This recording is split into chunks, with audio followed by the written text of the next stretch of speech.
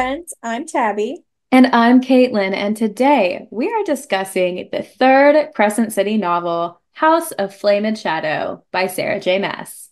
I quite literally have so many things to say. And none of it is And organized in my brain. and it's like it's some of it's not good either, is the thing. Yeah, Yeah, some of but it's a little hateful towards this was Sarah a Janet. very Sarah Janet, you have disappointed us A little bit. a little bit, but you can't be perfect. This book was really anticipated though. It was a hit. You know, little fun fact is I had ordered the exclusive version from Target. It was the Rune and Lydia chapter, and they did accidentally send me two copies, which was kind of fun. So I got one for free. So it's how we got one. But yeah, I'm gonna go ahead and kick us off by reading the back of the book.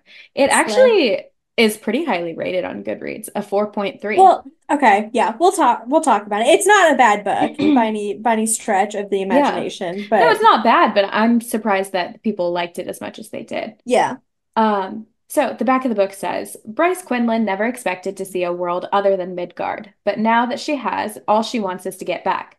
Everything she loves is in Midgard, her family, her friends, her mate. Stranded in a strange new world, she's going to need all her wits about her to get home again, and that's no easy feat when she has no idea who to trust. Hunt Athalar has found himself in some deep holes in his life, but this one might be the deepest of all. After a few brief months with everything he ever wanted, he's in the Asteri's dungeons again, stripped of his freedom and without a clue as to Bryce's fate. He's desperate to help her, but until he can escape the Asteri's leash, his hands are quite literally tied. their Yeah. hands are tied. Yeah, it's a good one. Hand.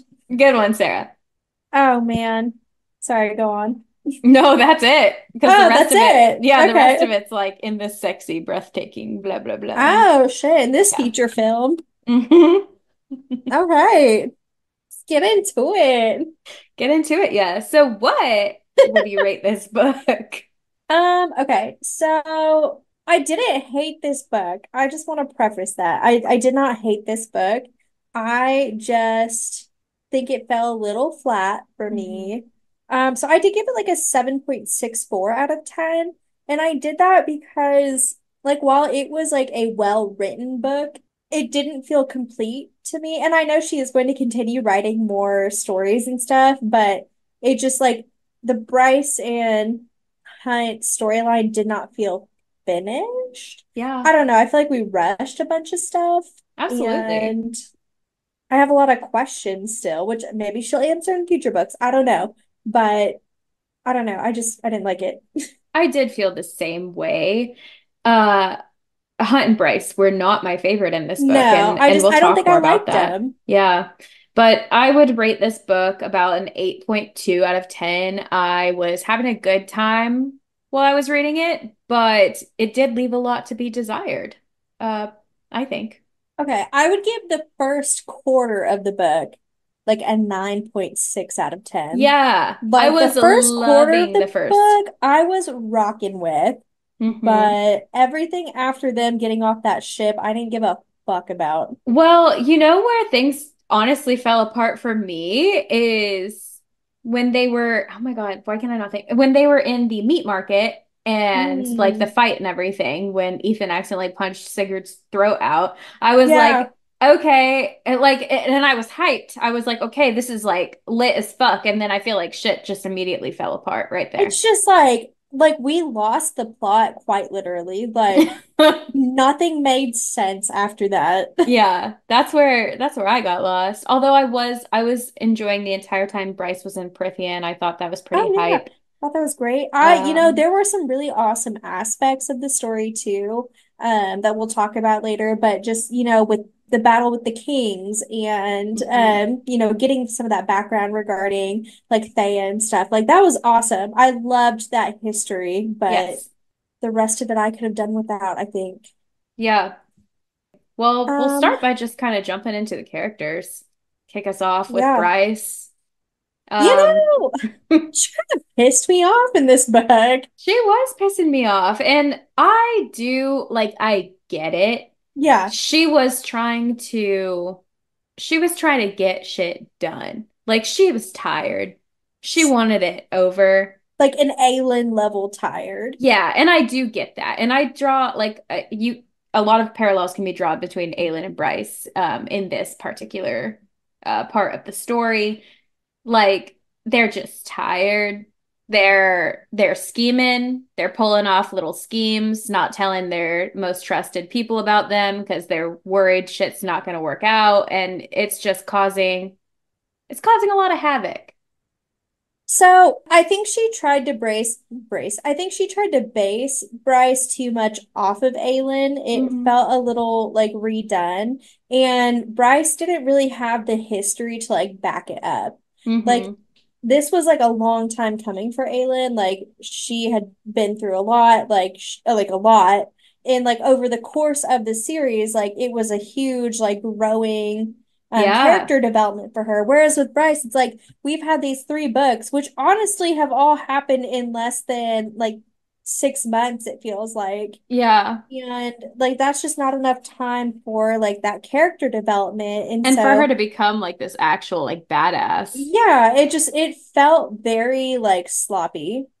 Yeah, I agree. I don't think, yeah, she just doesn't have the background to support um that level of scheming and Yeah. manipulating and because like she's outsmarting people who have been doing this for centuries. Like she outsmarts the Autumn King. She outsmarts fucking everybody And and I'm not saying she's she not clever, no, she but absolutely is. Clearly she is, but it I doesn't don't quite make know. sense why she is that clever because she's like what, 25? Yeah, and like I don't even know if it's like the age for me. I don't know. I don't think we got to know the character enough to understand like her doing stuff like that. Whereas with Aylin, like we watched her grow up and like she had to learn very quickly how to manipulate those situations. Yeah. Whereas with Bryce, she's just like, oh, I did this because I'm a fucking genius. And I'm like, okay. Yeah.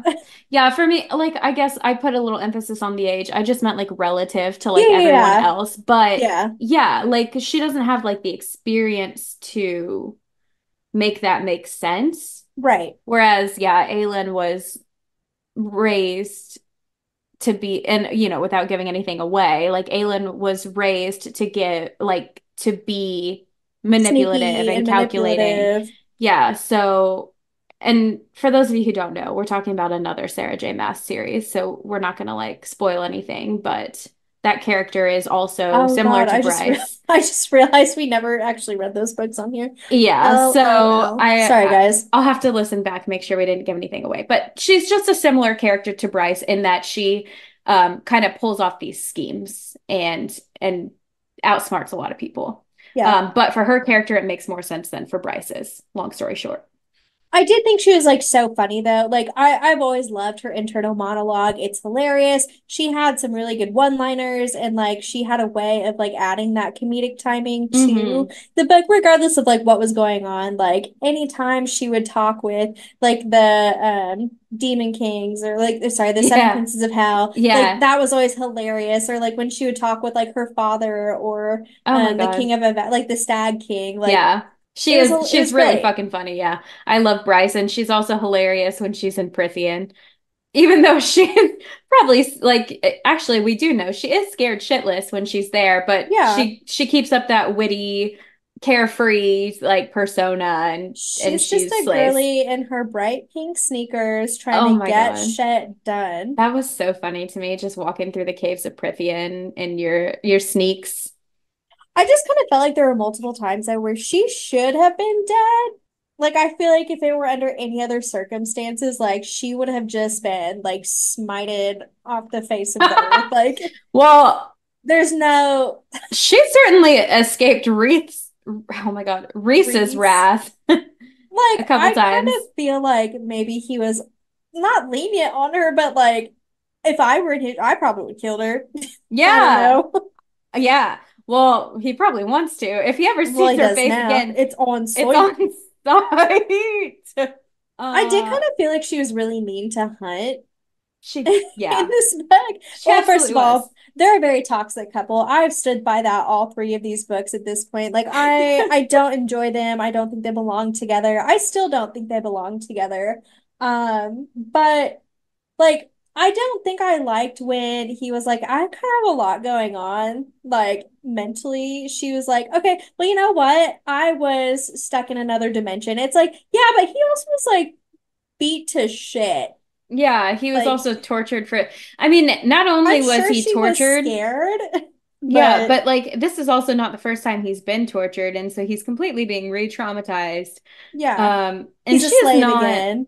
she's not sympathetic to that, and I didn't love that. It's like I'm sure she was very scared. And like she did learn a lot of like very devastating news, but also for her to be Yeah. like, you're not bought into this. Like, fuck no, he's not bought into this. Yeah, Like, like he just literally like he just spent the past few months of his life finally being happy, like having a cute little normal relationship with his girlfriend, and all of a sudden he's thrown back into a dungeon while she's fucking teleported to another world. Like you don't think he needs a like minute? relatively well taken care of. Like, for the most part, she was okay. She was, and I am not saying that she is not also justified in being traumatized and feeling traumatized. She absolutely is. However, I think that she just did not support him well No. in this entire book. And I didn't love to see it. It hurt my No, I heart. hated it. Yeah, I hated it when she was like, "You're not fucking bought in. You're not into this." I'm like, "Stop!" Yeah, Like, like, fuck. Like, leave him alone. and he And literally has given up everything she's for like, "I'm not her. even sure if we should be doing like, you're not sure if we should be doing this. Like, leave Yeah, him then, girl. Like, leave him alone. Actually, I I know. don't even like Hunt. I know, but it hurt. It still hurt to see him attacked like that. Like, I guess Um, I am glad they got their happy ending, but I don't know. I am, but I feel like I couldn't even enjoy it because of how, like, when the going got tough, like, she was shitty to him. So shitty. So shitty. And it hurt my feelings. And I do want to talk about Hunt really quick too, because like I feel like his character outside of him being with Bryce really did come through a lot more in this book. Like Yeah. in the first book, obviously he was like the Umbra Mortis, he was very serious, he was trying to overcome his anxiety when it came to like being owned, being enslaved and stuff. Yeah. And so you did actually see a lot of character growth with him. And then in book two, like I feel like it did kind of level off a little bit. I wasn't wild about him in book two. But Yeah. book three, I don't know, like when he was being like on his own independent, like I loved his character. I did And I thought too. he was funny and I thought like what he was thinking was very rational. And like not only, was he enslaved this whole time, but he's found out like he was basically like a petri dish baby. Like From Uncle Daddy's. from Uncle Daddy's and like he's dealing with a lot. Yeah. Okay. He's been fucking through it. I have liked his character. I think I personally like Hunt a little bit more than you do, like just between the two of us. But I do understand where you're coming from, is like, especially in the second book, he's very, like, he's just serving as a support for Bryce the entire Yeah. second book. Like, he's not really his own, like, he just isn't really coming into himself much until this third book, because also the first and second book, he is extremely traumatized and he Yeah. is He's still, dealing with a lot. yeah, he's still trying to find himself and find the ability to be himself again. And in the third book, we do kind of get to see how he's been healed. I mean, obviously, it's a lot of it's undone whenever he's thrown back into the dungeon, but Right. he's been healed. He's able to form like this camaraderie with Rune and Baxian, and we just see a different side of him. Yeah. I also like I really enjoyed his sense of humor more in this book too. Towards, the middle end, like it didn't come through as much, obviously, because he was, trying to fight both sides of himself basically on figuring out what to do and how to support Bryce and blah blah blah. But like while they were in the dungeon and like the beginning, like he was hilarious. And Yeah, I know he was using humor as like a coping mechanism, but like it was cracking me up. he was so real for that. I do have one thing, and this is very important, one thing where his character regressed in the third book, and that is the fact that his foot fetish went away. You're so right. Like, where did it go? Where did it go? How dare she? She knows what she did too. Like, she knows She we were pussied out. craving for, like, we wanted it. We wanted it at this point, Sarah. You had convinced us that it was a good thing, and then you Yeah. took it away. You were like, I'm going to, they're gonna hate it at first. I'm going to make them love it and find it charming, and then I'm gonna take it away. I don't know if I ever found it charming, but I thought it was a part I of thought it who he was really was. cute. I thought it was like give him his little piggy's toes. He's earned them. Piggy dipping. But overall, I kind of don't blame Hunt. I think his thoughts and feelings are justified. Did I think he was being a little bit of a crybaby at times? For sure. But also, like, I get why. I get why too, and it seems like Bryce was just like ignoring the why. Like she was not willing to acknowledge the fact that he was justified. But I also think that was really good writing on Sarah's part because whenever it was from Bryce's kind of point of view or from her, like, eyes looking in, it's like, yeah, why is he being like this? Like, why is he being such a little bitch? But then when we would get it from Hunt's point of view, I'd be like, why is she being so mean to him? Like, Yeah, and so, like, I really was rooting for both of them at one point, I know. separately. Yes. And again, so not every character is supposed to be lovable. I think Sarah, what she's done is she's created these complex characters. She does this in all of her books. Oh, She yeah. creates these characters who we absolutely fucking hate them at times. Like we're so sick of their shit. And then she'll do something, she'll write something that we're like, oh my God, how did I ever not care for you? How did I ever not understand you? Like she's just known for this. She creates very complex I love it. characters. Let's talk Let's about Rune. talk Yeah. about Rune. My boyfriend. My sweet, sweet baby He, who speaking just, of, you know how I'm like, oh, like she writes these characters so you're pissed at some point or yes. another. No, he can do no wrong in my eyes. He has Yeah. never once messed up. Yeah. Never, never. No. So like I was thinking about this the other day. Like book one, Rune, I was just like, ew, what an overprotective like brother. Didn't really love him. Didn't really think much about him, honestly. Like up until like the point, like at the end of the book where they're like, going to bat for Bryce, basically. Hmm. But then book two, with his little opening chapter, there are three things, you know, for my boy. Like it was just like love at first sight from there. Yeah, Like from that point on, he could do no wrong in my eyes. I'm obsessed with him. I really, something that, well, first of all, was hilarious was the chapter where his hand got chewed off. Um, I thought it was like so funny. They're like the whole time in the dungeons, obviously it's fucked up. The torture scenes actually at times were a bit much. They made me like a little sick to my stomach. Yeah, they kind of were spooky. But what I think was like the thing that pulled you through that is the friendship that was developing between the three Yeah. men. And Rune really like you got to see a side to him that you don't, I mean, you know that he has like his frat pack or whatever, but you don't really get to see like his super strong like friendship from his perspective in books one or two. Like in my opinion, you You don't just really get don't. that. I think So, she tells a lot about like how close he is with Declan and with Flynn, but like he doesn't really touch on that much. Like all we get mhm, is like basically her being like, yes, those are my brothers who I've been through a lot with. yeah. But And then it's like, and mostly in the first couple of books, we're just, he's telling it as like previous things that have happened, like his mhm, ordeal and stuff with them. right. Obviously, they're so close and they're brothers, but like with the dungeon scenes, it's like we get to live through it with them and we get to Yeah. see that bond being created. So I thought that was a really sweet side of him. Oh yeah. Something that like really fucked me up though is like obviously he's having a hard time forgiving Lydia for obvious reasons. Like she did betray his trust. It wasn't intentional, obviously. She didn't know that they were going to be mated and it was going to hurt him when she decided to be like a double agent, but it really did hurt him. And what fucking broke my heart is the scene where Lydia gets them out and Oh my God.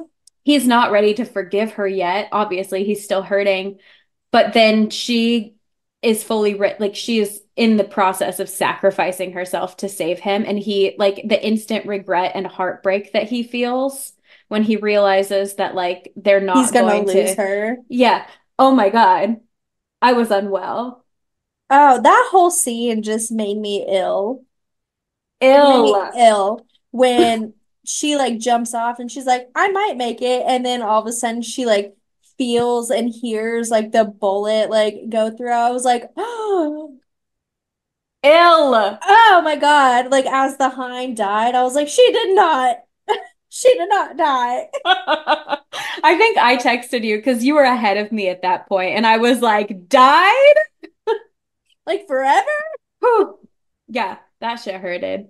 You know what else like truly I think was just such a special moment was like Rune getting to like strike the killing blow like to his father. Like that was Yeah, so powerful. that And was. like you felt so many different emotions for him because like he wanted a father figure. Like he wanted a father that cared for him and he wanted that relationship with him and knew he was never going to get it. And so I'm sure that was just such a bittersweet moment for him because like he got to rid of his tormentor who, tortured him and belittled him and made him, basically like lack the confidence he needed in himself. But like on the same token, like that was his father.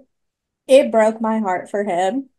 It did, but it also felt like such a pivotal point for him. Obviously, yeah, there is a heartbreaking layer to it, but it's like such a, like, he's What a taking back freeing power. moment too. Yeah. Yeah. Yeah, this man who, He was liberating himself.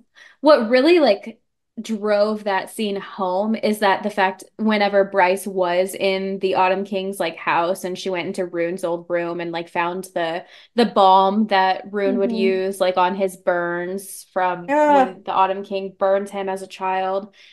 Yeah. Like chef's fucking kiss. I actually, while we're talking about it, the battle with the kings really quick, that whole thing was oh perfect. yeah. Oh yeah. Like they're bullies. The Fae Kings are bullies for the entire first like couple books. And then the fact that Bryce and Rune just Like absolutely slay them in like 5 seconds, I'm like, oh, Cormac's dad was such a cunt. Like, yes. He sucks.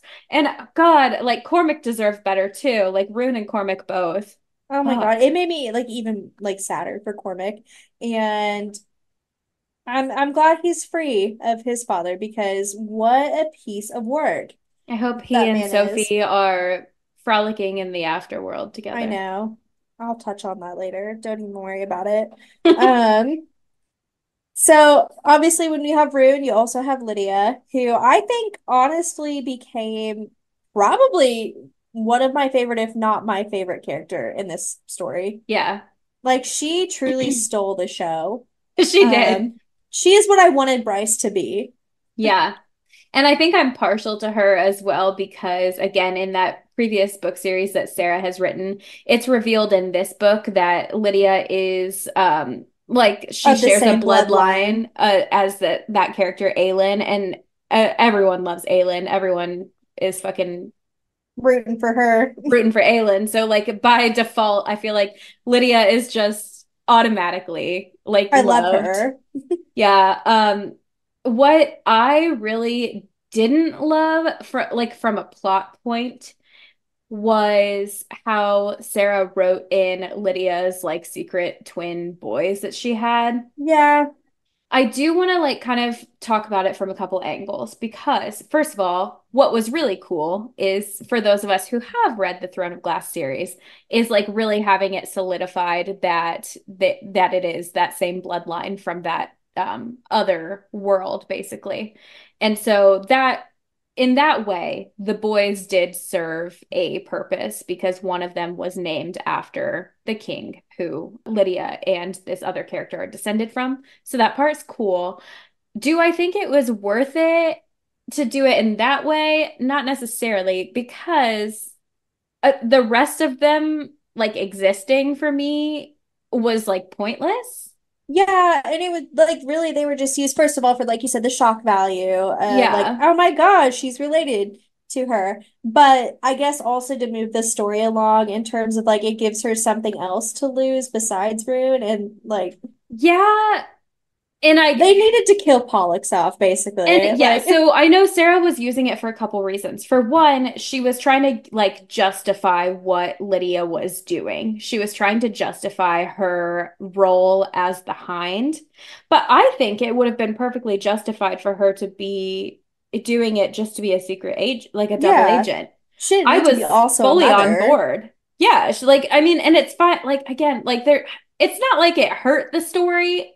I just was kind of like, but it's what like the I fuck? didn't need a more buy like I didn't need more buy-in for Yeah. that I like was already fucking sold book two when I was like, oh, she's just double agent. She's yeah serving the rebellion by acting as the Hind. And I was like, yeah, it's fucked up, but like all's fair in love and war, you know what I'm saying? hmm And I was fully sold. You didn't have to convince me. no I I didn't care didn't about need those little her. bitches. Yeah, because they, you know what? Her little They boys, were terrible. assholes, Little bro. ankle biters. God, I mean, that just goes to show teenage boys are kind of the fucking worst. They But are.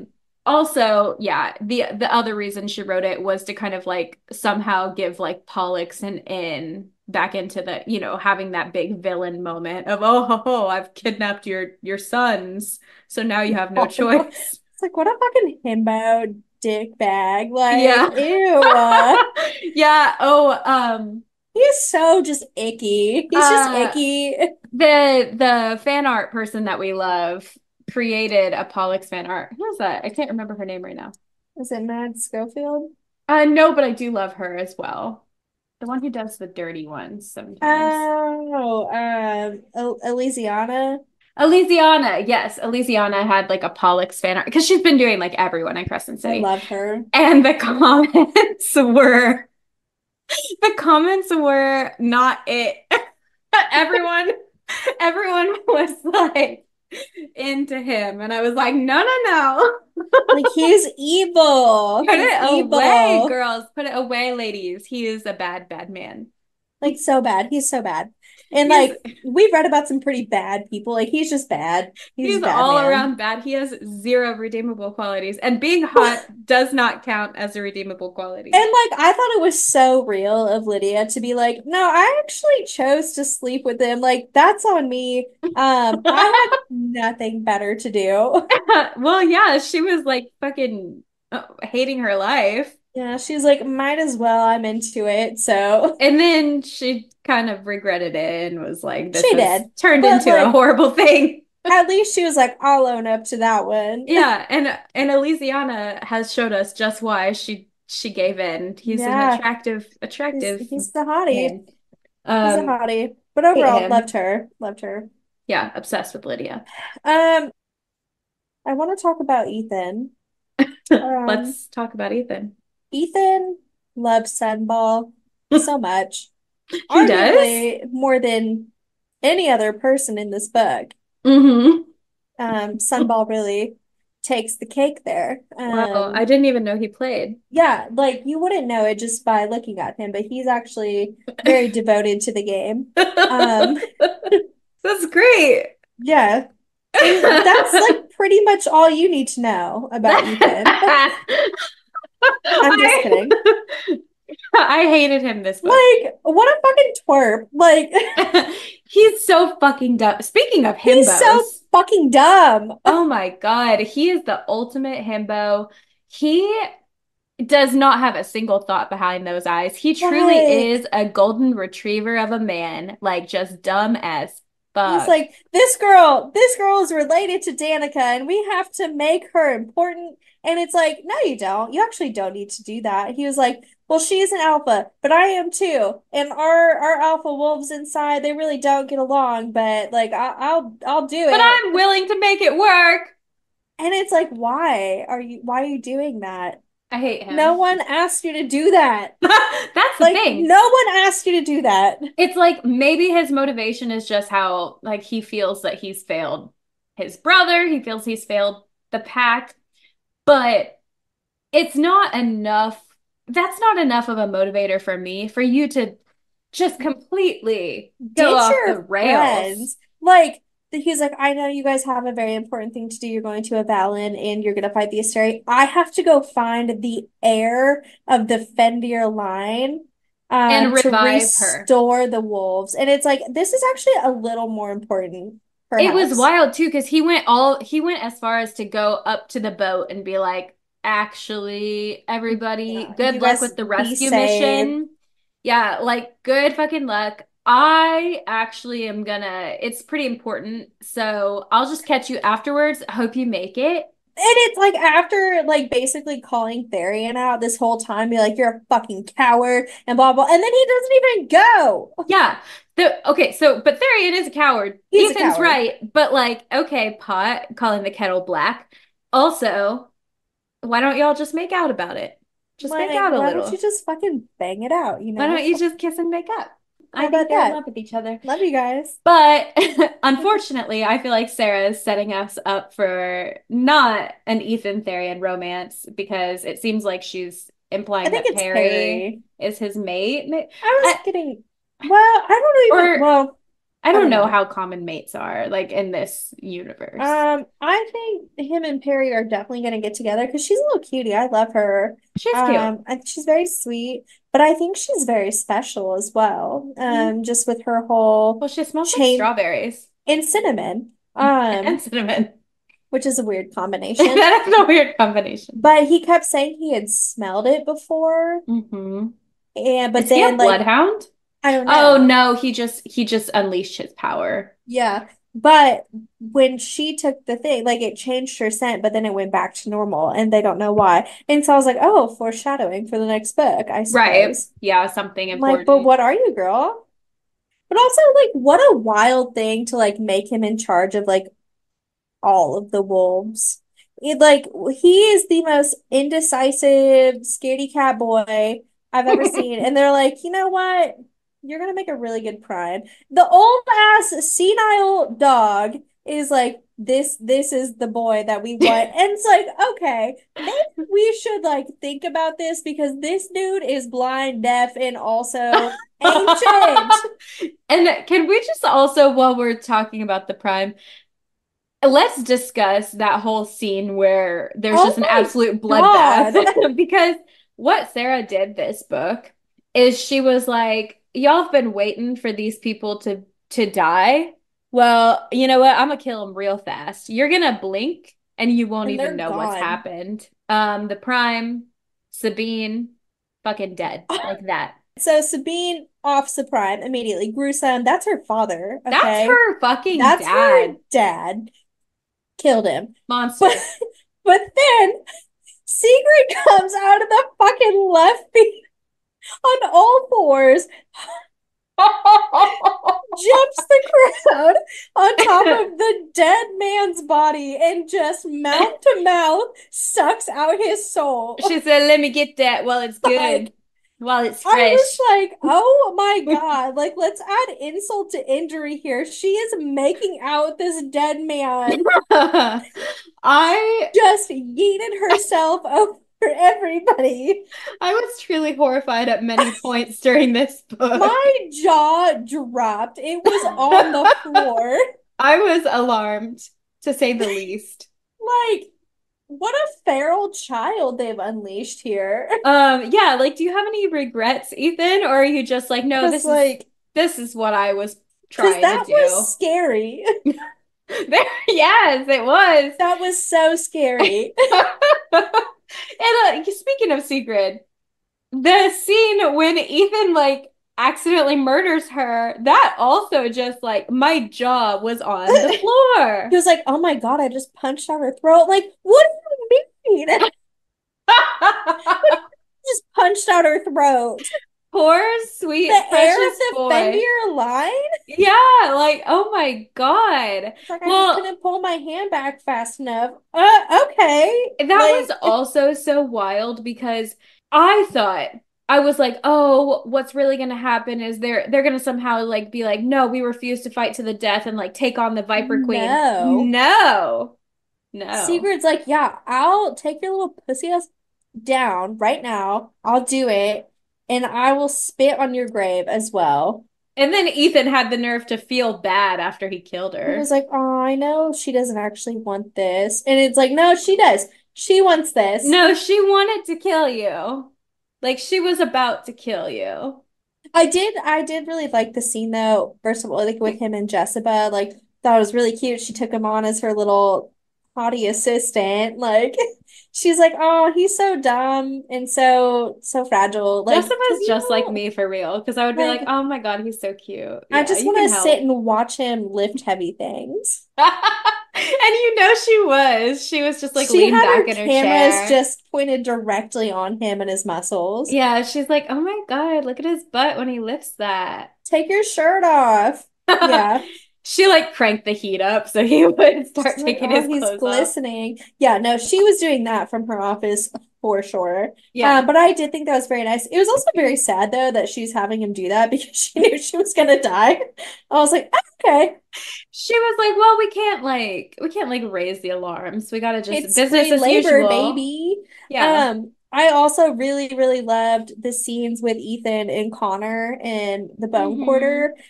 Loved that we got to see Connor again. I thought it was very heartwarming, and I'm glad they got to have that closure.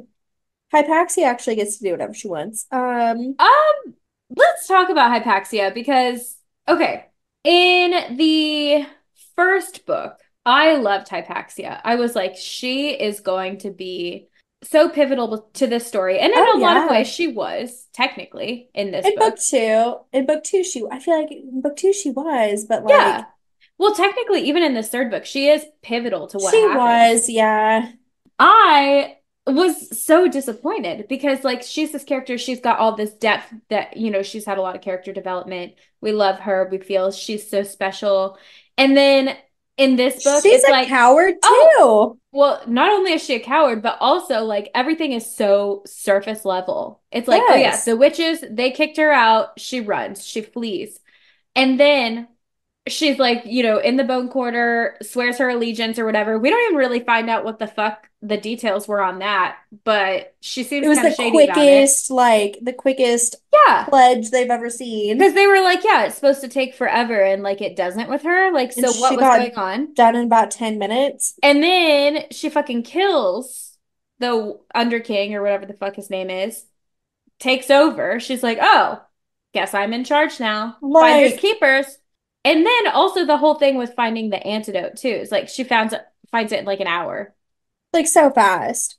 And then she was like, Ethan, I need you to sacrifice yourself. Okay. Well, actually, Ethan was just like, let me do it. Actually, yeah, Ethan was like, I'll try it.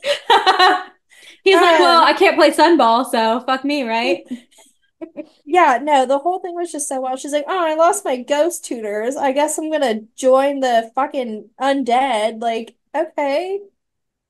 I Also, forgot what about the a fucking ghost tutors. fucking huge fumble for Ethan to be like, can you bring my dead friend back? And she's like, of course I can. She's like, oh God, it's a Reaper. That's the thing is, she also kind of fucking sucks at necromancy. Like, how did you mess that up? I guess it wasn't all her fault She like because messes up every time she tries, she messes up. Like I in think every book so Sigrid, far.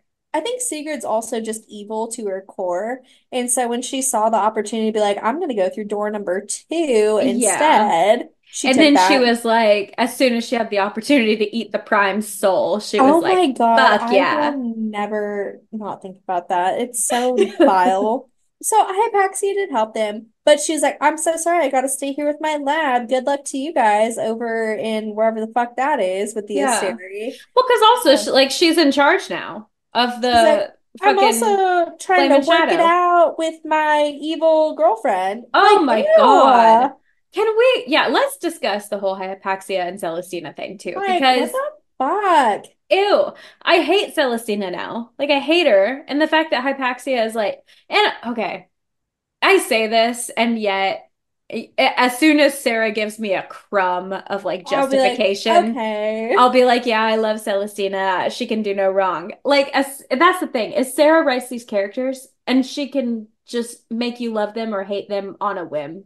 Yeah. So there is a world where I could forgive Celestina, but she's done nothing to earn it I so mean, far. she did help them when it mattered, That's not but they enough for wouldn't even me. be in that position if she hadn't betrayed them. Yeah, because that felt so fucking surface level when she was like, "Oh, well, actually uh, here's the plan that I had and here's how I can help like the fallen or whatever." It's like, okay, I was like, "Then why even betray them in the first place? Like you could right, have fucking plotted this and like carried this plan out and they could have just taken on the Asteri with the element of surprise on their right. side. Like you're fake as fuck, bitch." She I hate her. is. And it's like, Hypaxia, do better.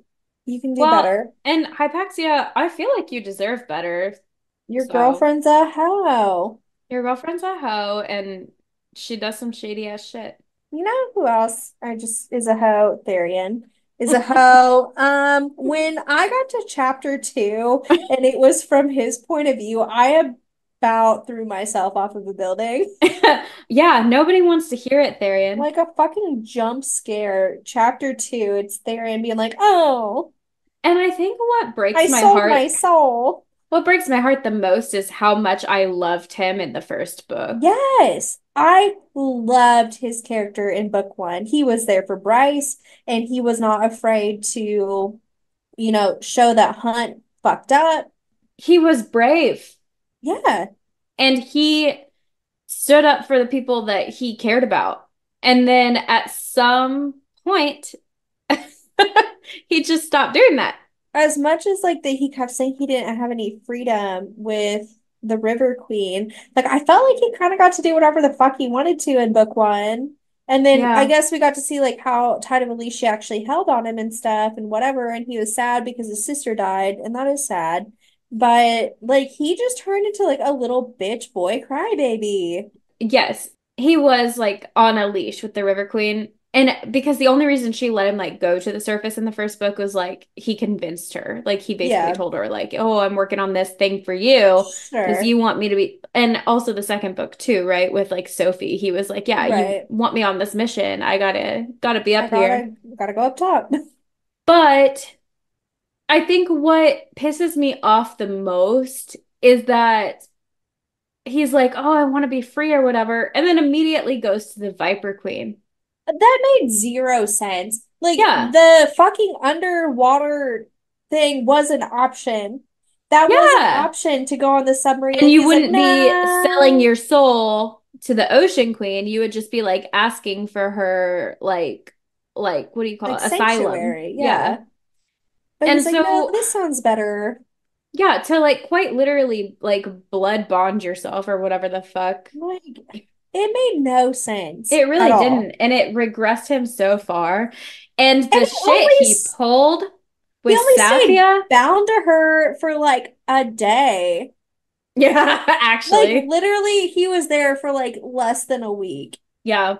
And like doing her venom drugs and shit. Yeah, and he was like, it's been 20 years. No, it's been a week, okay? Like, chill out. And what really solidified my pure disdain for this character is when he pulled the shit with Sathya. Yeah. And he's like, I'll marry her. The fuck you will. Like, dude, you're not even supposed to be here right now. Like, you're in some deep shit with the Ocean Queen right now. Like, you hopped on this boat like a freaking madman because he's And like, you I'm put gonna your start friends being at risk. brave. Yeah. Oh, Oh, now we're gonna idiot. be brave. And his Okay. friends Like, were all like, what the fuck? you Because, were like, like, get off this fucking boat. if you compromise this fucking mission against the Asteri because you're a little piece of shit, oh my God. Like, yeah, and then he's like, oh, this sad, sad Fae lady, like, she might be sadder than me. You know what? We can be sad together. And it's like, I'll save her. eh, Shut the fuck up, no. Tyrion. Well, and Safe feels like, ew, what a fucking loser. Shut the You fuck know what? up. Go get your wolf boyfriend, and both of you Like, just need to chill the fuck out and sit down. and you know what really pissed me off about them not getting together is that, like, at the very beginning, Ariadne, she like read him to filth. And she was like, wow, you really use like your attraction to women as like a shield. I was like, what does that mean? What do you mean by that? Like, what do you know that I don't know? And I was like, Hold okay. up. And I thought that was like the turning point where she was like, you are like overusing like your attraction and like flirting with women because you're secretly like hiding something. And I thought that meant like he was secretly He's hiding. gay. Yeah. But then he married Sathya, so I don't know. Wait, I missed that like that interaction with I Ari. latched onto that for too long. Well, because we've been wanting, like, the two of us, I don't know about the rest of y'all. We need to look up if there's I fan fiction need about this. it. They just have this undeniable chemistry and they go to extreme lengths for each other. Like, Ethan is like, Yeah. no, we're not leaving without Therian. We're not leaving the meat market until he's free from the Viper Queen. It's like, why? Well, Why? here's the thing too. I think there was a clear turning point where I think Sarah J Maas made a decision. Because like up to that point, like she had made that comment from Ariadne about Therian and his shield of whatever, his Hmm. flirtation. And then you had Ethan who was like going above and beyond to rescue him. And then at one point, like he got into a fight with everyone else. And so he went and slept next to Therian like the whole night. And Oh my God. When so Therian was like drugged on the Viper yes. Queen's And so I was ship, like, oh, okay. Like it's like they're in love. And I it's love that for them. happening. But then it's like you get to the point where Ethan's getting ready to get on the boat with him. He's like, I have to go save Sigrid. And I was like, okay, she drew her line in the sand here. And there's just been too much like back and forth that I don't think it's gonna happen. I'm personally hurt by that because I I am feel too. like She built it up. she's built it up and maybe we'll still get it because it feels like their storyline is what like she has set them up both of them to have some kind of storyline development Yeah. in another future book clearly.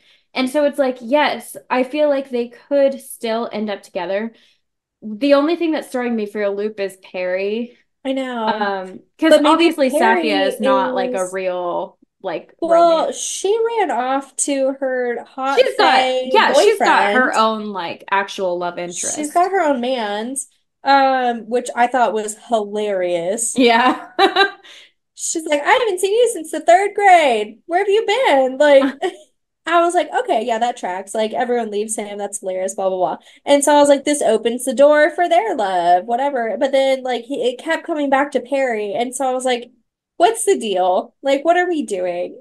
I I'm just felt kind like there of were too many hints at their budding love, and she just slapped me in the face. I could truly like cry about it. Like I could write a thesis about it. I'm so Yeah. distraught. Like the tension was there.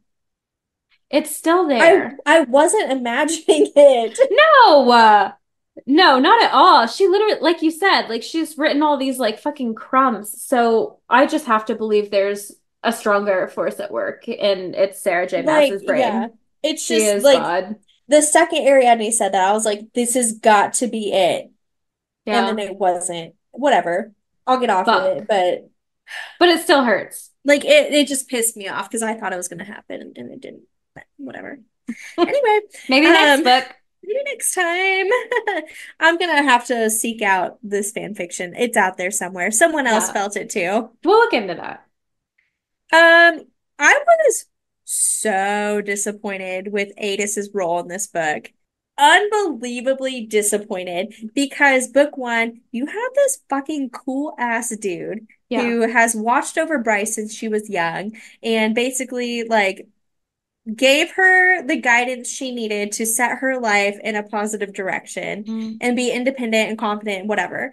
And like she built this character up so much. They had such a cool fucking interaction when she like called to him through the salt and whatever and like clearly he was into her because he's like, I'll be whatever you want me to be. And I was like, fuck yeah, like this is our love interest. Yeah. Didn't see him at all book two. got Yeah. nothing book two. And I was And the like, only crumb we did get, it turns out it wasn't even really it him. wasn't, it was Rigulous. And Yeah. so then it's like we get to book three, and I was like, this is it. She's fucking leaving Hunt's ass. Like, this is fine. But then we find out, like, no, he was in love with a fucking genocidal maniac, like, who was selfish and a bitch and And he still stands by her. stood by that. You Yeah. know that thing that's like, that's your man? It's like, and I'm gonna stand beside him. That's Adis. And like, yeah, doubled down. And he was like, Thea was bad, but so am I. And I was like, man, like, I had such high hopes for you.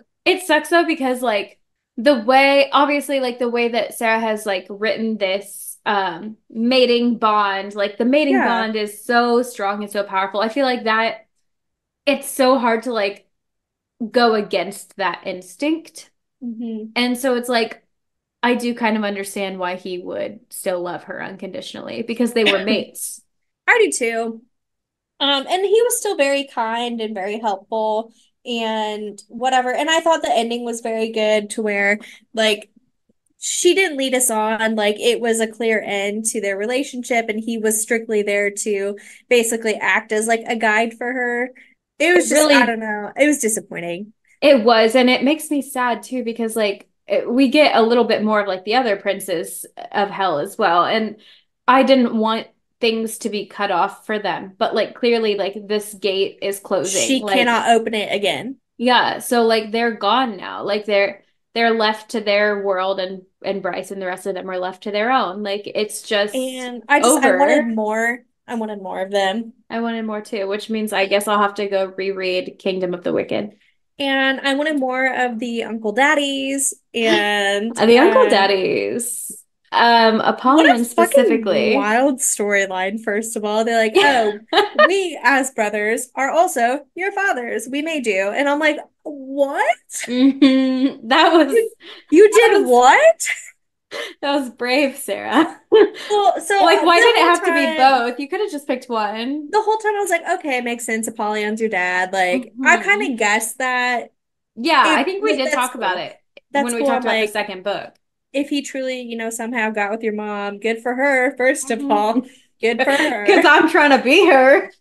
Good for her. But then Thanatos was like, yeah, me too. I'm like, you too.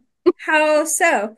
Okay. And Hunt's like, did you both like sleep with my mom? And they're like, oh no. Like, basically we're God and we virgin married her. Yeah. Hunt was worried for a sec. He was like, wait, did you like cross swords or like, what do you mean? um And I'm really still not sure about the logistics of what happened entirely. well, it's all they're Um, magical. They got magical powers and shit.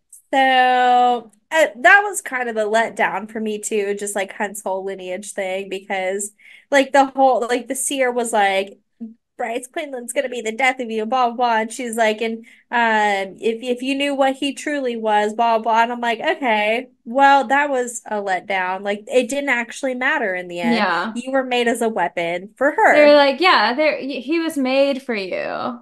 Like so that Yeah. you could take down the Asteri. Okay. But and then you fell in love too, and it's like, oh, yay. Okay. Hmm. Love that for you guys. I don't know. Felt like a cop Yeah. out.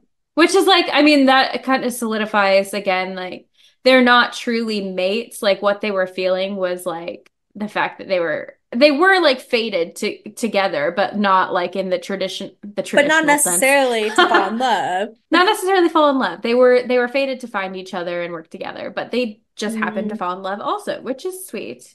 But yeah. it confirms that they're not mates in the again, I keep wanting to say the traditional sense as if it's Brothers by fate, uncle daddies by choice. Oh my God, we just found the name of this episode. Uncle Daddy's by choice. Oh my God. Anyway, I hope they're doing well. Really pissed that like we only got to see him in this book, but whatever. Yeah, I wanted more of them. I want, you know Like, what? A it's novella. A novella would fine. suffice, I feel. It's fine. Let's talk Um, about the inner circle from Prithian. yes. I loved that whole part. Yeah. I I loved that we got to kind of see or be reminded that they are cold-blooded killers. They're actually so scary. They're very scary. And don't you forget it.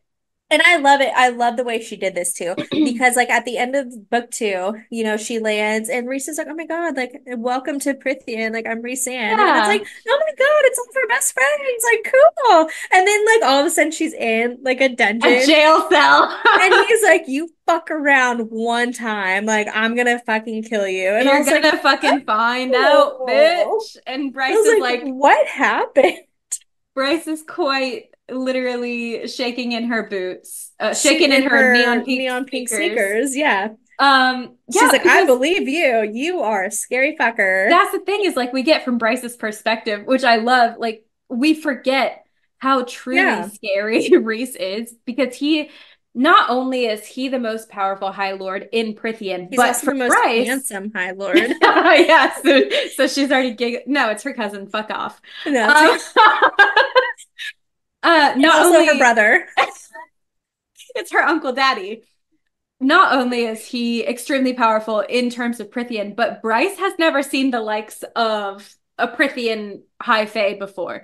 Like Yeah. she is truly terrified of this man as she should be. And I feel like we kind of forget that as readers that Reese is not he boyfriend. He Right. is so scary. Well, because we see everything through Feyre's like rose tinted glasses. Like Yeah. it's all just like, oh, I've never actually been scared of this man. Like I love him. And I'm like, yeah, me too. And then Yeah. And like then Bryce is like, oh my she's God. like, you guys are fucking crazy. Like, get me out of here. She's like, oh, he's got a mate? Is she Is she well? safe? You know that TikTok? It's like, darling, guess who's back from jail? Darling.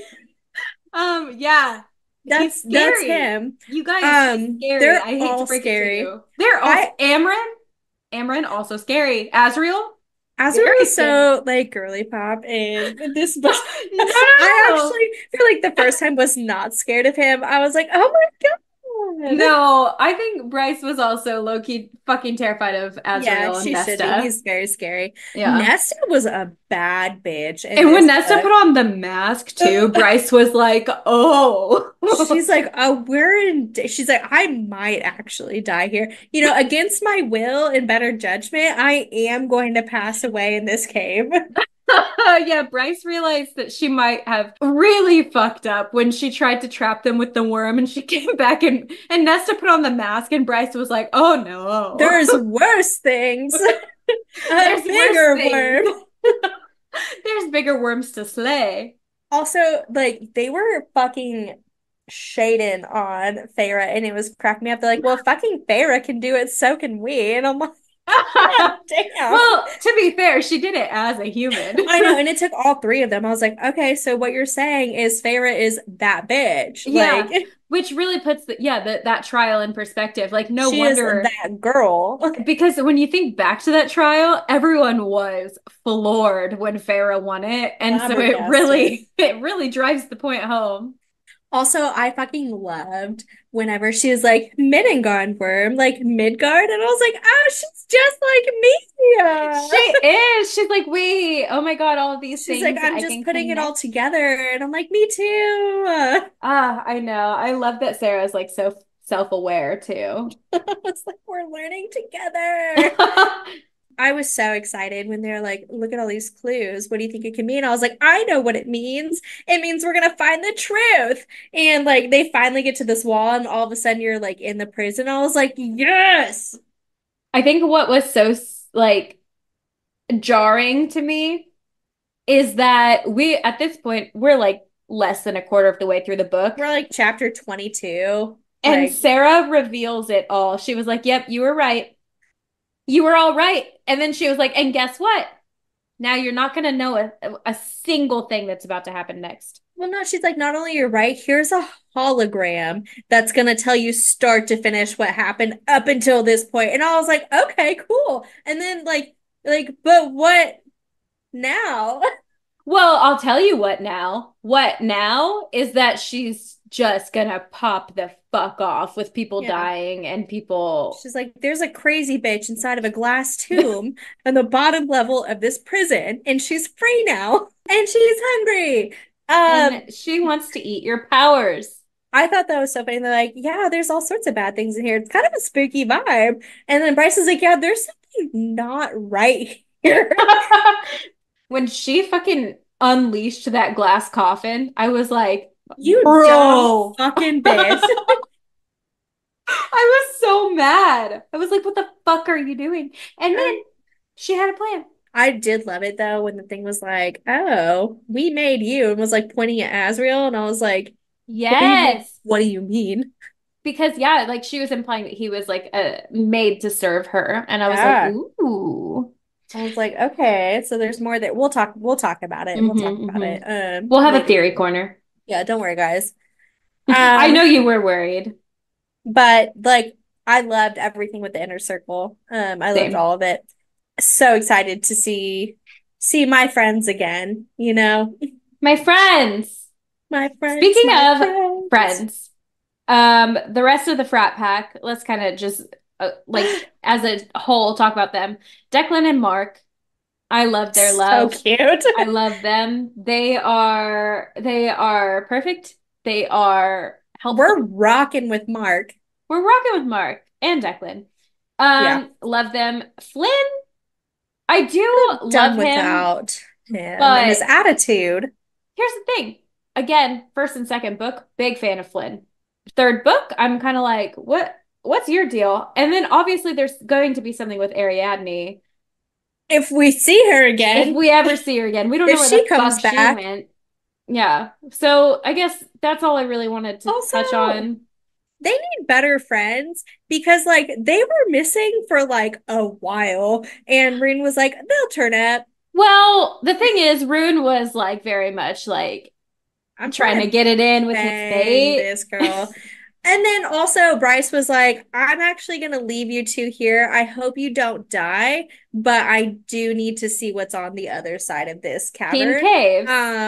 Team Caves did leave Deck and Flynn like high and dry. Yeah, because they're Team Archives, different Um team. they were doing their best. They got stolen. Like But did they live? they didn't die. Yeah. But did you Surprisingly, die? no one died except for Jessica. Oh, poor one Jessica did out. die. But Um, she wanted to die. She was she ready to did. die.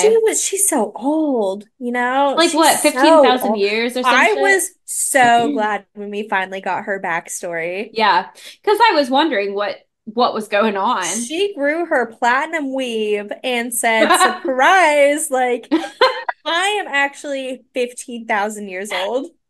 And have personal beef with Apollyon, the Prince of the Pit. I know. I was like, good for you. Like, what's the history there? You know what? I wanted their love story. Like there's something we don't know here. Enemies to lovers, except that'll Except now never she's happen dead. because So, she's dead. It's fine. She maybe in her wanted to be dead. It's dreams fine. and She's whatever. reunited with her friends and family. Oh my God, I know. And like honestly, that was probably the redeeming part of this book.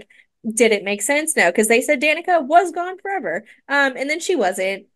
And Hypaxia is like, that's because we have the power of love and friendship on our side. And also, I Yeah. am in charge of this bitch. Hypaxia's So like, well, I'm in charge now and I'm she's like, benevolent. I actually yoinked her back through wherever she was. But only her. Everyone else can get fucked. Yeah, sorry about the rest of you. Pack of Devils, they're here too. They're all waving like they were at the end of book one. Thought that was cute. You know who wasn't there though? Connor? Fucking Cormac Oh, wait. and No, Cormac. Sophie. Oh, fuck. Dude, it was like the end of The Rise of Skywalker. It's spoilers for for everyone who hasn't seen it. Oh, Whenever like all the Force ghosts of the Skywalker family were like surrounding Rey, and they were like, "Yeah, you're a Skywalker now." But Kylo Ren wasn't there. Ben Solo wasn't there. That's how I well, felt at the end of this. Yeah, I Cormac and felt like they were Sophie, kind of done dirty. they were. I feel that Cormac and Sophie deserve so much better. I feel like I wish we had closure. They gave a lot. They gave their They lives. died. And They're dead and now. they couldn't even be like happy waving ghosts at the end of this goddamn book. Like, God, Sarah, like, Jesus Jesus, Christ. you're kind of heartless. It's fine. I kind of wish Baxian had died only so that he could be reunited with Danica.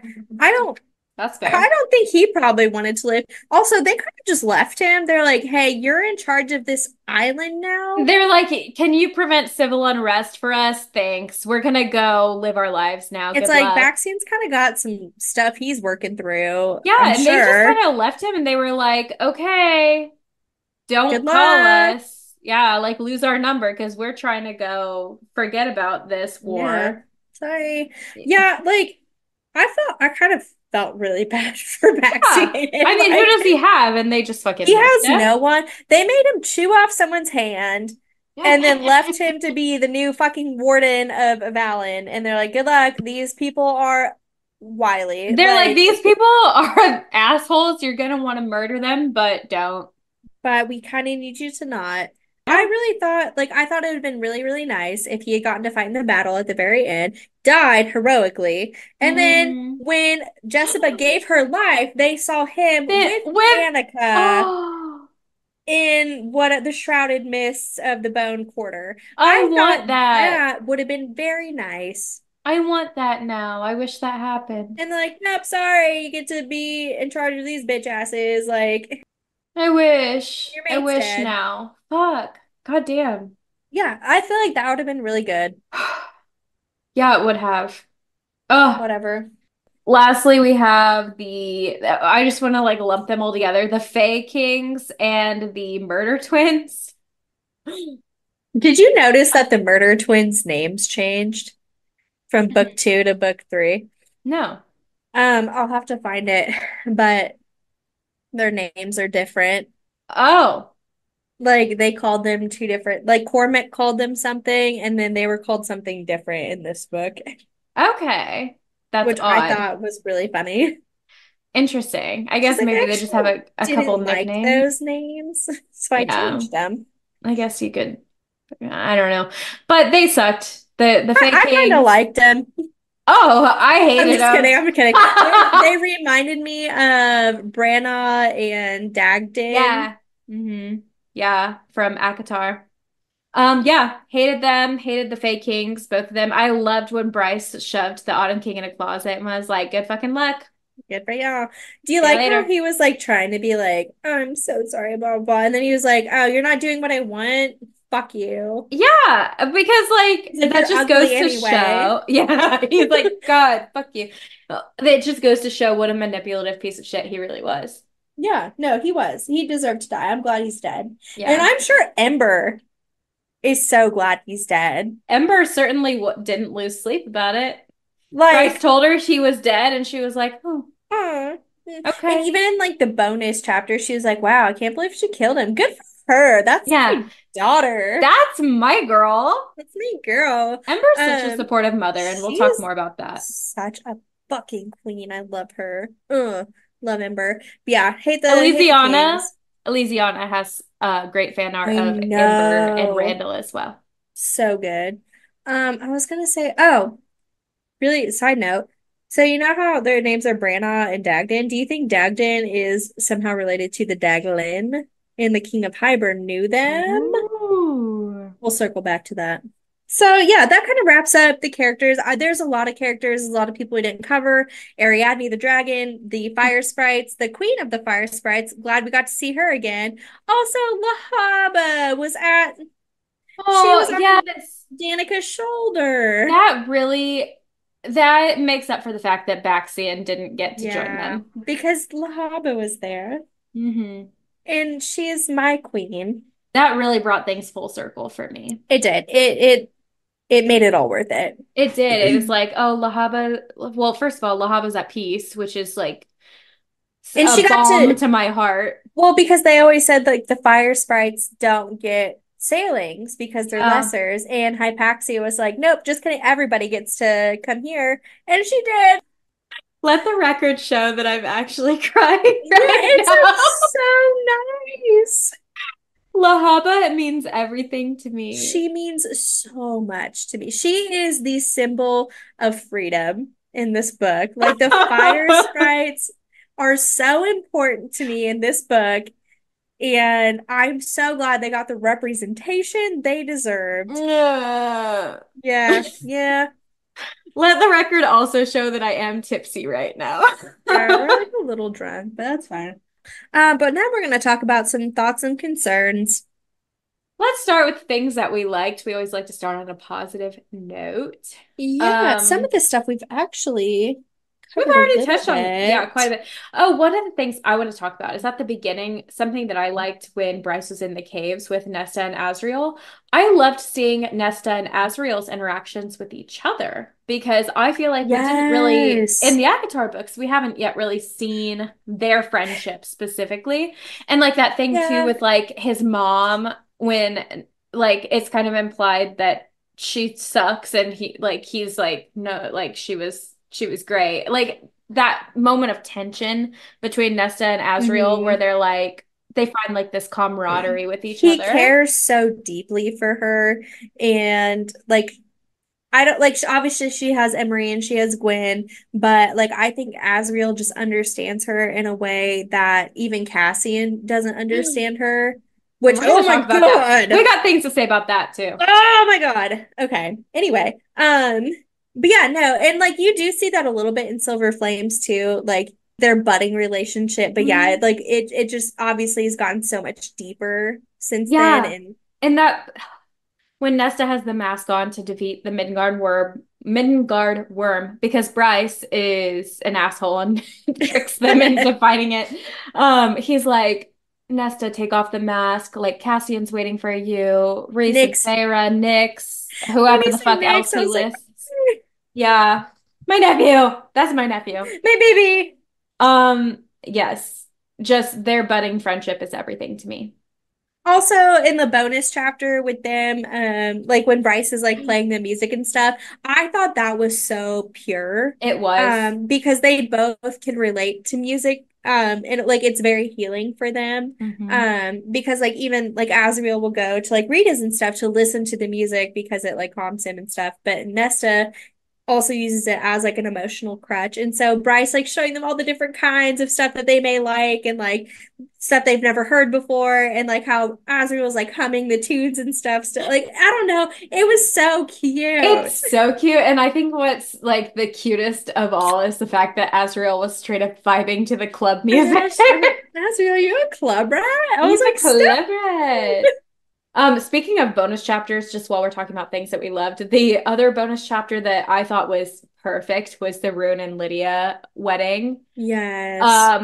Seek that out if you haven't already. It was It's so perfect. cute. She put it all together for you. It was so cute. It was like, I mean, it couldn't have been better. And that's like really the first like Sarah J Maas like wedding that we've gotten. Like, Yeah, and it it was is. beautiful and perfect. And it was for a couple that the entire like fandom is so head over I heels was for. rooting for them so hard. Yeah. So that was really good. And then also the Hunt and Bryce chapter, there were parts of it that were Okay. hard for me to get into because I I was still don't mad about like the them, relationship. Yeah. but the fucking lettuce babies like kill me every time. And like the fact that it had Hunt's face on it. She had him It's cherubified. and like she was like giving it little like tiny people voices and like oh my gosh. I was like crying laughing. It was so funny to me. Because Bryce is hilarious. That much Oh we can say man. for sure. The lettuce babies are just like Ember is such a goddess. Also, her bonus chapter, incredible. Like, That was really good. it was probably my favorite chapter in that whole book. Hmm. Because well, and also when she's leaving Prithian and she Yeah. like gives Nesta like that long hug and like I think Nesta truly was like devastated she was leaving because she's never had a strong mother figure in her life. And Ember's everyone's mom. Like Ember, I think, could understand that like she needed not her to like be a mom, but to just be present and like offer that comfort to her. especially because when she got over there, Nesta, I mean, had given Bryce a mask, like she had given her a weapon of mass destruction. And Ember was like, "You saved my baby." And she's like, "But I can also tell that like it came from a good place and like that you need someone to talk to in this moment." She's like, "So why don't we go ahead and sit down and like talk about it?" And the way, first of all, let the record show that I'm crying She again. is crying again. Um, but the way that Ember stood up for Nesta When no one else did. when no one else did, not even fucking Cassian. She's like, "Yeah, even Cassian is mad at me right now, and Reese wants my head, and the only person standing in between me and him right now is Feyre and Ember." You know what? What she really said is she said Cassian was the angriest of all. And I was like, okay, like, I hope if it comes to it where Reese like is actually trying to like fucking kill you, like he's at least gonna stand up for you. But I don't know if he would. You would hope, you would fucking hope. Because I think he was thinking of it from like a military perspective and Mhm. like Nesta basically like went against all of them with an enemy. Nesta was thinking about it from the perspective of she, Nesta and Bryce are, again, so many parallels can be drawn Yeah. between them. She's like, if I And was in her they, shoes, yeah, they understand each other. They're like, what would you do? Would you become the bad guy to save your family? yeah. Yes, both of them would. And she's done it, and Nesta's done it before.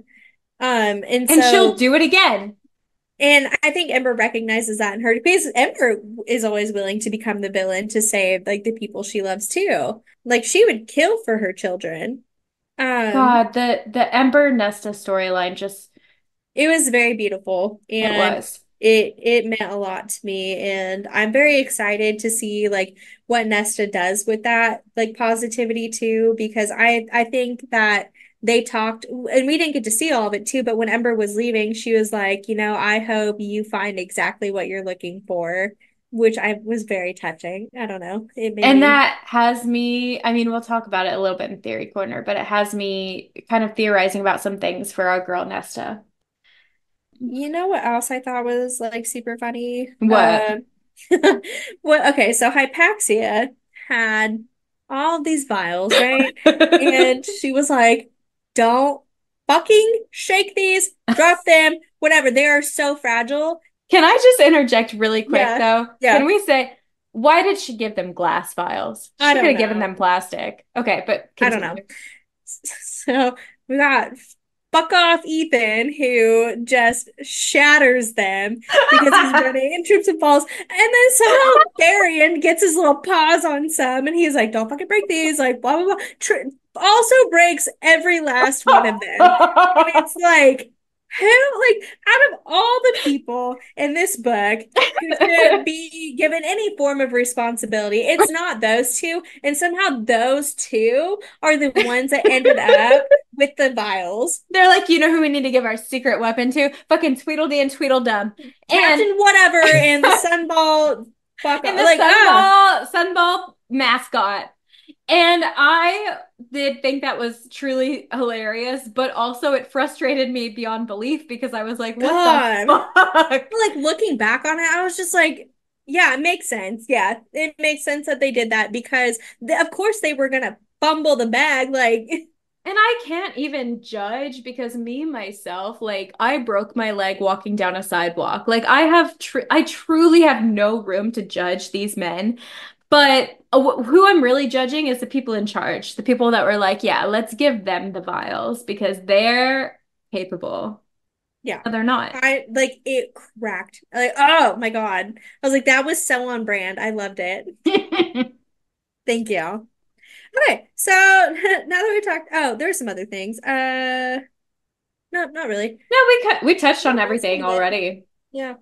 So we'll talk about now some things that just weren't our favorite, and some of these we'll probably have already touched on, but I do want to kind of just bring to our attention. I felt, and I think a lot of people felt that the book was a little bit rushed, Mhm. and it canonically took place over the course of like 10 days, which is Yeah. wild. And in I some thought ways they that were makes in the sense. dungeons for like months. No, No, they were there for like like five three days and days, they were 5 already days. biting each other's hands off. Yeah, which I would be too. Like 5 days, Yeah. that's plenty But for it's me. like like not a lot of time had passed. No, but I would mentally, I would crack in a dungeon after 12 hours. Yeah, like So, same day, same day. I cannot withstand torture. But yeah, I just feel like that's just a criticism that a few people have, and it just felt rushed. Yeah, it just I feel like we could have mapped out the book a little bit better maybe because like not only did we get literally everything we wanted right off the rip, but like just the whole battle at the very end didn't feel like it was very well thought out, and like the whole way they got rid of the Asteri, I didn't really like. I thought it was cool that it was a black hole because they're stars and like black holes eat stars. And so like that in itself was Hmm. neat imagery. But it's like, oh yeah, this sword and this dagger creates a fucking black hole. And it's like, Yeah. oh, Like, why? okay. You know, and I like what you said about that because there are like some parts of it that are good, but back to like the pacing really quick because I feel like why this book is like a little bit jarring is because the first and second book both feel really drawn out Hmm. and they feel like so much has happened but nothing has happened. And then this third book, it's like, oh my God, you can't even take a breath. So Yeah. I think like when you put the entire series together, like then that's when it feels a little bit out of The thing place. that's like crazy though is like, yes, like so much was happening that you couldn't breathe, but it's like none of it was important. Yeah. It was just Especially the anxiety fucking inducing. Ethan and Therian storylines. They were Yeah. pissing me the fuck It's like off. some of it I like it didn't matter that it was there. And like with again with the Asteria, like I feel like we didn't get enough of them for me to like fear them, you know?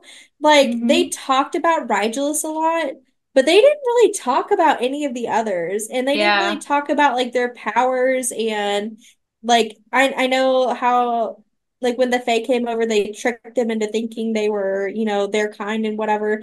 But I just wasn't bought into it. No, Like that's I fair. wasn't scared of them. I wasn't scared. I was more scared of Reese and the Inner Circle this book than I was the Yeah, it's like Asteri. they kept saying how they were like these big bads and stuff, and like the battle was hard, but it's like why? Like what did they do? How did they get here? How did they become so powerful? Like I don't know. Like I don't really know anything about them. No, I mean all we have to go off is the lore. Because Yeah. like yeah, well at this point like I think maybe because they're so comfortable because they've like created this parasite that like does all the work Hmm. for them. They don't Which really is have to do the heavy crazy. lifting anymore. And so maybe that's why they don't seem scary now because they've gotten kind of lax like over the Yeah. centuries or whatever because they're like, "Oh, we've created this system where it's very hands off and we don't have to do anything." And so maybe that's kind of contributing to them not feeling very like Yeah. intense because they're very at this point relaxed and hands off and they think nothing can stop them. Yeah, I guess like I'm just thinking about like some of the other bad guys we've seen in some of our other books. Like Amarantha was fucking scary. The So King of scary. Hybird, he was scary. Yeah. Some of the villains in Throne of Glass that we'll talk about later, they were terrifying. Yeah. And it's like with these, it's like we just didn't really get a lot of interaction with them until the very end of book two, and Yeah. then the battle in book three, and that was it. You're right. I mean, yeah, because even like Rigelus, he like presents himself too as like a teenage He's fae. Timothy Chalamet, and like Yeah, I'm like not scared of him. I'm not scared of him at all. Like he's a Little little puss. skinny emo white kid. Like, Yeah. I did think it was really funny. They're just doing like all these weird ass like. Well, I didn't really like it either. Like they're like, oh, they're experimenting on people with Hunt's lightning, and it's just the harpy, and the harpy is actually on camera just eating people. But then they kill her so quick, and it's like, They what was the whole point of like them stealing Hunt's lightning? that was another thing is like yeah, and it goes back to everything just feeling rushed because well, and that's the thing is like does the book feel rushed because we're adding in all these things that don't actually like further the plot? That didn't matter. Yeah, it didn't change a single outcome. Except for the guards got eaten. I'm sure they feel Dude, affected. I don't know why that like tickled me so bad, but they were like, "What is that?" They're like, "Oh my God, it's the harpy just munching on these guards." It's the harpy. She is a zombie now and she is eating people. She is eating them. Yeah. I guess I did love it for just for that reason, just so Yeah, we got that little strictly for moment. that. I was like, "Thank you. That's amazing." Also, did you notice how they kind of like abandoned their adopted child? Like Ember and Randall just left their kid with Well, like strangers. because to be fair, they thought they were just like going on like a quick little day trip. I know, but Bryce was like, "He'll be fine." But what was fucked up, yeah, is that Bryce knew. Bryce knew what she was doing. And Ember and Randall were very pissed about that. They were Yeah, like, "Oh, we left but Cooper because you had your little plot to shove us into it's just like another Bryce went world." through all this trouble to rehome this child who's been abandoned. His family's dead, and then she abandoned him again. Yeah. And she Well, was fully prepared to commit to that too, because she's like, if shit hits the fan, at least my parents are safe. I'm like, what about Cooper? that's the thing about Bryce though is she's kind of ruthless. And I don't think Like, it's a good thing or a bad thing necessarily. I think it's one of those gray areas of her character that makes you like, I what was like, are that's a you willing to kid. do? Well, and I know Yeah. she thought he was like protected and avowed and stuff, but what if one day it wasn't? I don't think she was thinking that far ahead. I don't know. It just, I was like, oh, so you're just gonna leave him, I guess. Yeah, and she even that's the thing. Again, it's Sarah's writing is good here because Bryce even she thinks all of these things. She has all these thoughts. She's like, this is really fucked up what I'm doing, but I'm Like, but doing I'm it gonna do it anyway. anyway. Yeah. So again, it's just a very layered, complicated character that Sarah has created, and yeah, it leaves a lot open for discussion. Guys, I don't know. It didn't sit right with me. I agree. I think that's pretty fucked up. I do also want to talk about like some of these plot holes as well. Not even plot holes, maybe it's things that like she will potentially talk about in future books that I don't know. They weren't answered at the time that I think should have Hmm. been maybe. So the first one's about Fury. Okay. So like this whole time she's been alluding to the fact that like Fury is like something other and blah blah blah. And like June and Fury were basically nowhere to be seen this whole book. Yeah. They were also left on this island because I think that's where all the side characters she forgot about kind of went to die. And Went to we don't live. went to live, sorry. We don't know anything about her. No. I still don't know anything about her. Like there's this whole thing with like she's like, oh, Fury looks like Amryn. Anyway, and it's like, what is Fury? Hmm. Is Fury gonna get her own book? Ooh, Maybe like I don't know. I'm not really that interested in them. I kind of just wanted like maybe a novella. maybe I wanted to know. And I I'm kind of know. afraid maybe she forgot. Well, oh, speaking of forgetting, Victoria is at the bottom of the Oh Eastros. yeah. Fucking everyone gets a happy ending. Victoria is scared and she doesn't even know the world kind of ended a little bit. Yeah, she's like, For I all she mean, knows, Mike is still alive. just another day down here. And Sarah's like, yep, see you never. You know what Yeah. else I thought was like really weird is that at the end of this, they're like, yeah, we're also gonna run out of power soon.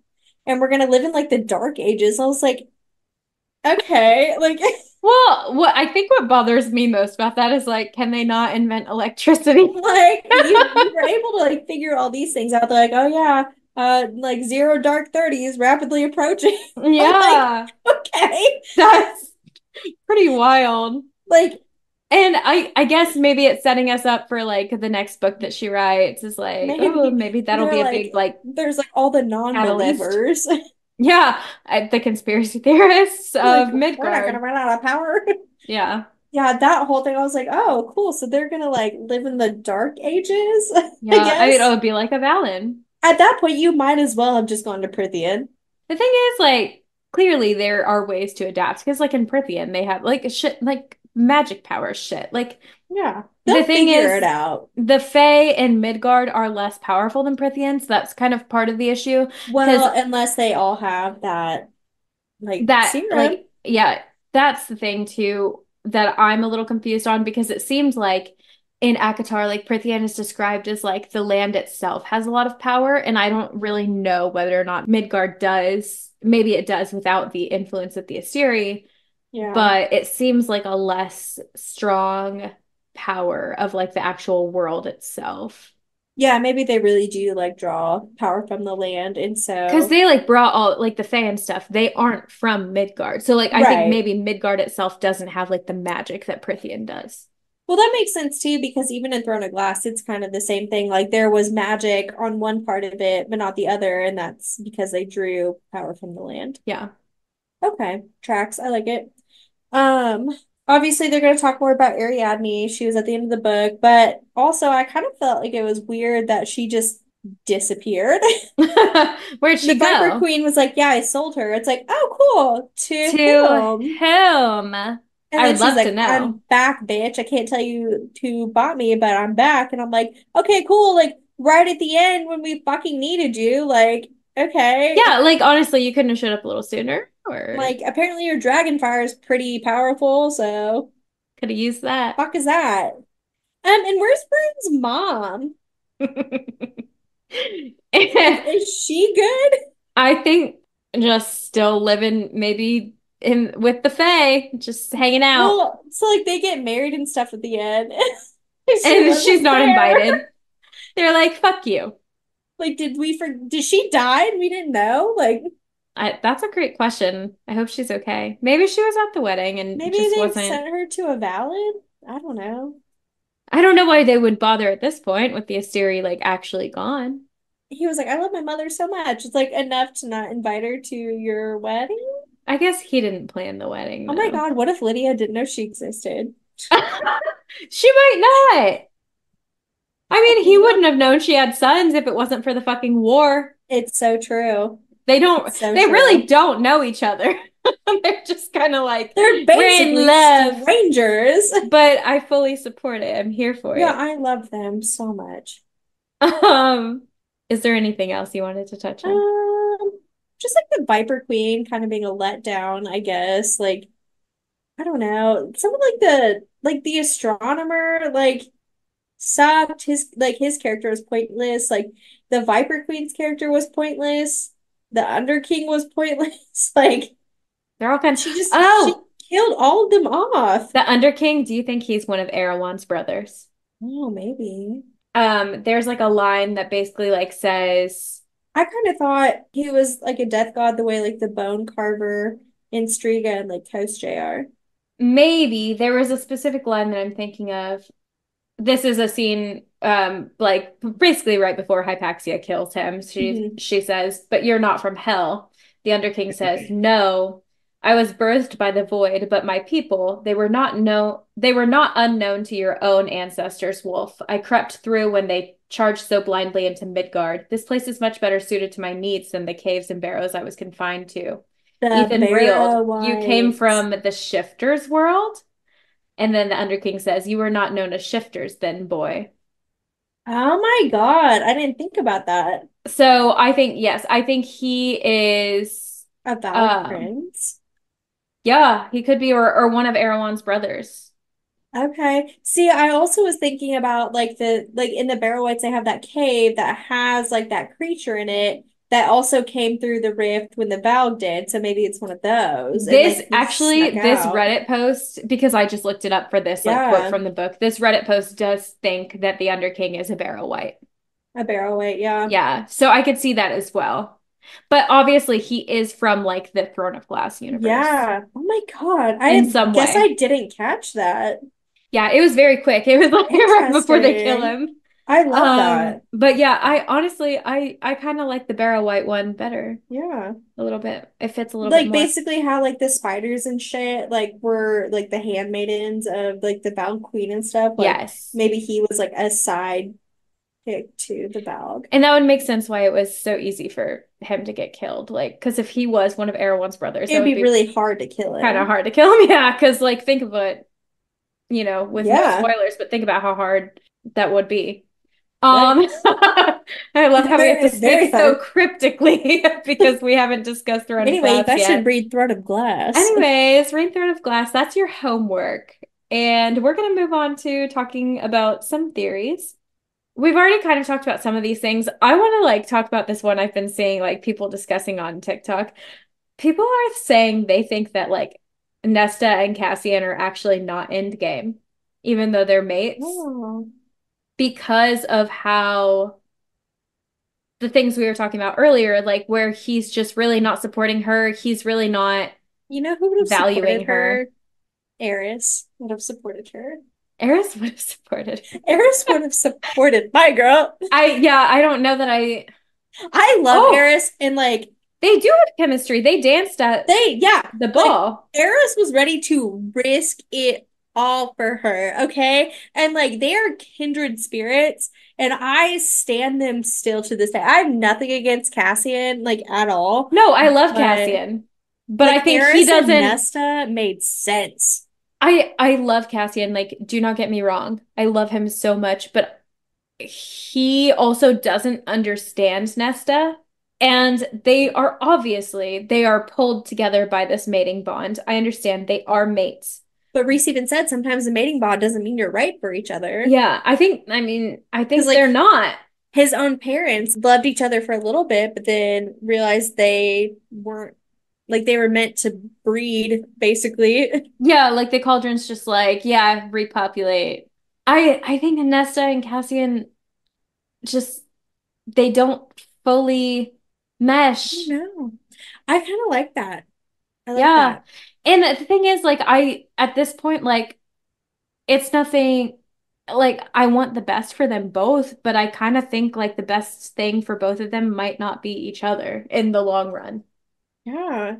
I think a lot's in store for Nesta as well. So obviously, like Ember kind of alluded to the fact that like she should know her worth and like she's excited to see what she does and with what they talked about, which we don't know what they talked about. Hmm. Um, so I do think now that Nesta has the Star Sword and Azriel has the dagger back, like the sword and the dagger are reunited again, and so they're gonna do some crazy shit. I think they're gonna use it to send Coast J back to wherever he goes. I don't know. Mm. Yeah, because Probably. obviously he's Um, kind of the next big bad in their but universe. I do think it is kind of setting up her next story, but also Azriel's next story. Maybe they'll end up together. Oh my God.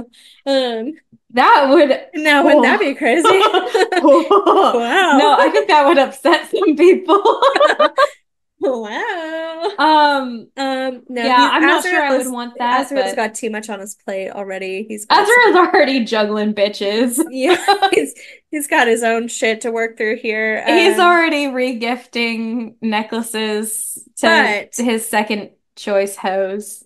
I do think they are both going to be very important. It's the same with Azrael. Like whenever they were talking to the Asteri that was like hidden in the coffin or whatever, she kept like telling him like, "Oh, we made your kind, blah blah blah." But like Azrael is likened to the warrior that fought on top of Ramiel. I'm pretty sure his name is Analius. Hmm.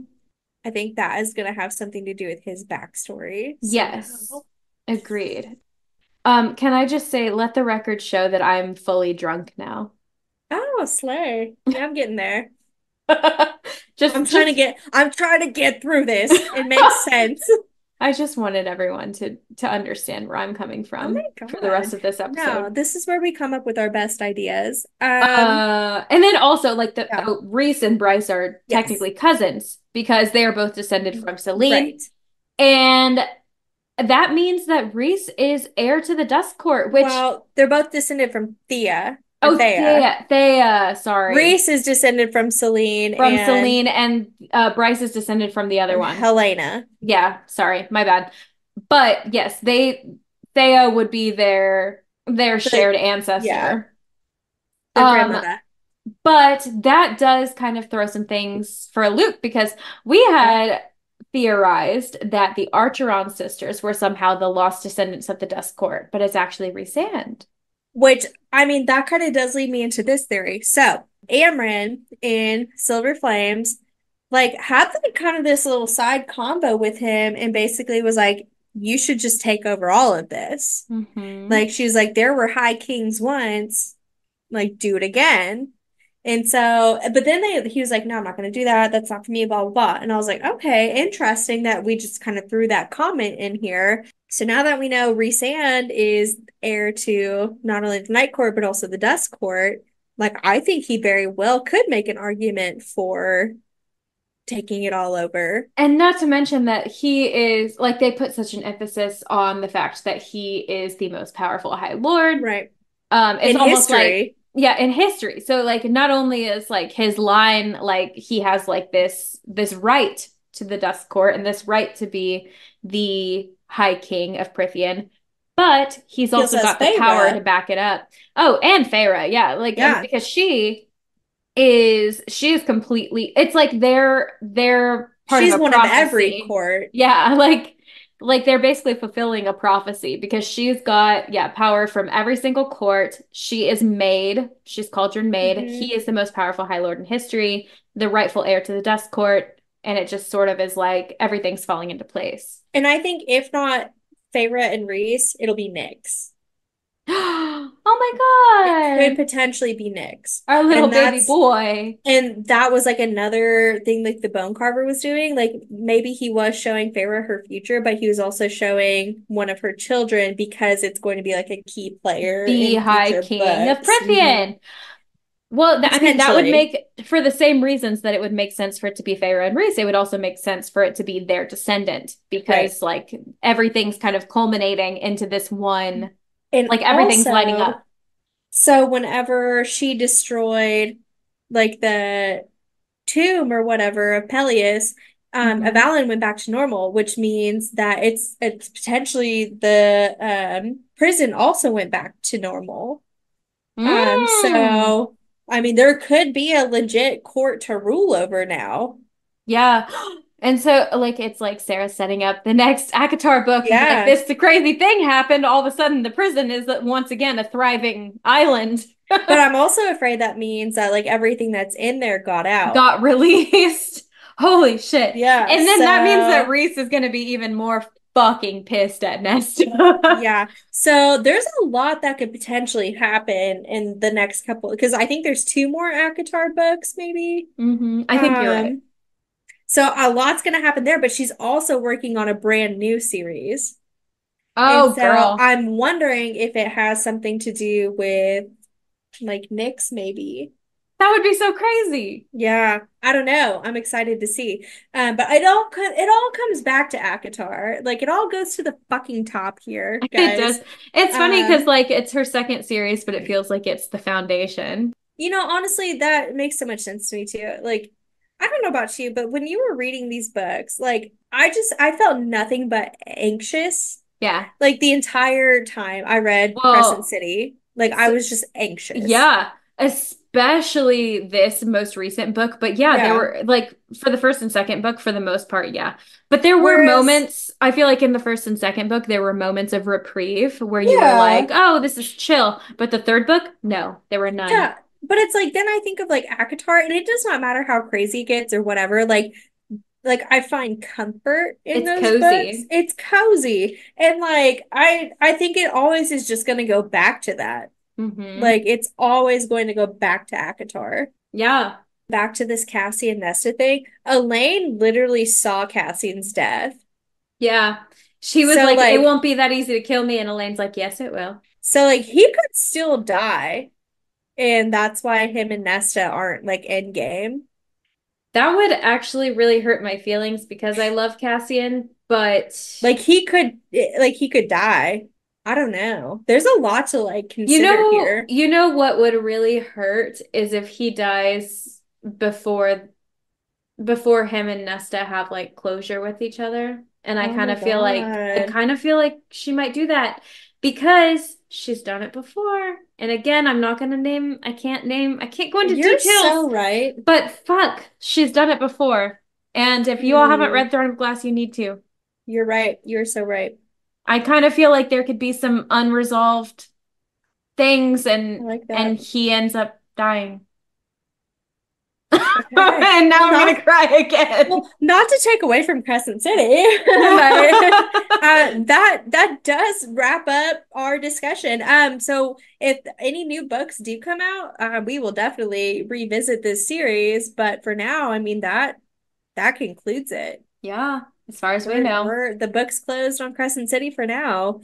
But join us next week as we do an installment of Goodreads Bad Reviews for House of Flame and Shadow, which I think is going to be a real treat, me personally. I'm excited. The week after that, we are going to be doing, as part of like to celebrate Women's History Month, we are going to be doing an installment of Too Long I Didn't Read over Little Women by Louisa May Alcott, Very because, excited. it's about women written by a woman. So we will For be women, for women. So we'll be discussing that one. So go ahead, get started on that book if you haven't already. We'll talk to you next time. And as always, let's get lit.